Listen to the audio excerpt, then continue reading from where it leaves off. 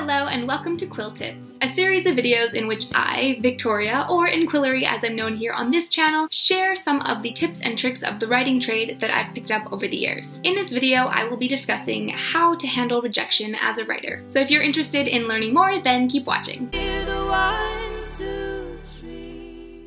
If this is your first time here on my channel, then welcome. If you've been here before, then you'll know that I am an aspiring author. I recently entered Pitch Wars and unfortunately was rejected.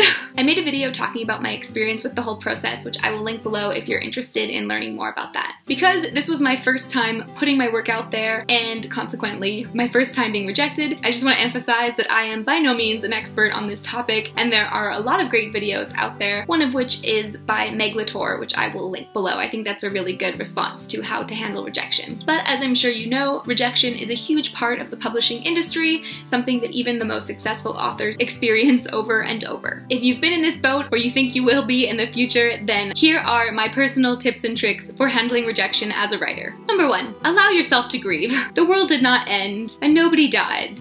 But your hopes and dreams kind of did. Not forever, obviously, but it kind of feels that way. A lot of us writers are sensitive about our work, which I think we should be because it is a little bit like handing your precious baby over to a stranger and having them spit in its face. Even if the person saying no is absolutely in love with your work, it doesn't always make up for the no itself. It hurts. We grieve. Number 2, don't grieve publicly. This might seem kind of harsh, but I think it's important to remember that as a writer, even an aspiring writer, you are a professional. You're in an industry, this is your job, even if you're not paid yet.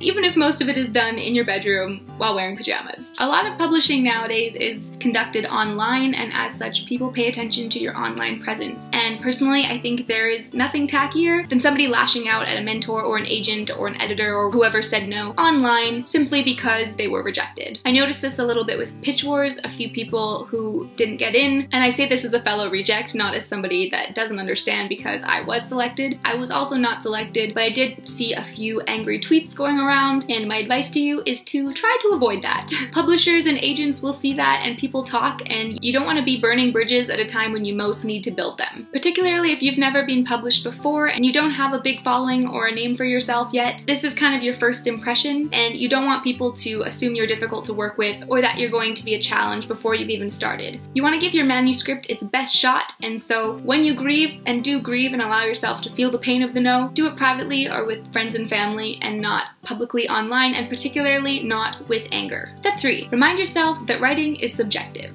If you're like me and you're an anxiety-ridden troll, you're probably in a fetal position wondering why you ever decided to pursue this dream and thinking that your book is crap. I think a very important step in dealing with this rejection is to remind yourself that writing is subjective. This means that just because someone said no to you, that does not mean that you're a terrible writer or that there's no way in heck you'll ever make it. It could be that your story just wasn't for them. Think about the fact that there are so many books out there that are hugely successful that you might like but don't love, or that you even dislike, or that you love and somebody else thinks is just okay. For an agent or a publishing house to take on your book, they need to really love it, and that love itself is entirely based on the preference of one individual, or maybe a few more. But the point being, what's one person's taste is not necessarily someone else's taste, and just because you heard a no doesn't mean you're actually bad or that your book isn't good. It very well could just mean you haven't found the right person yet. Step 4, fall in love with your story all over again. The hardest part about rejection is the fact that it leads to all of this self-doubt. So I think a key thing to do is to remind yourself why you wrote this story in the first place. Maybe that requires some space from your manuscript, or maybe that means diving right back into it. But the only way you're going to be able to have the energy and the courage to keep going and to keep trying to get your book out there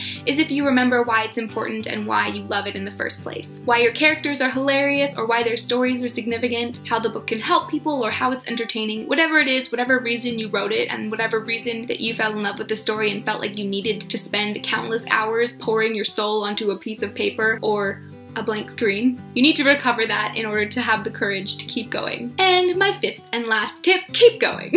It's easier said than done, but I feel like if you do the first 4 tips on this list, then it will be a lot easier to keep on keeping on. Sometimes writing and the road to publication, in fact most of the time, is hard work. It's not easy and it's not always fun, and sometimes you just need to sit down and do it, no matter how much it sucks.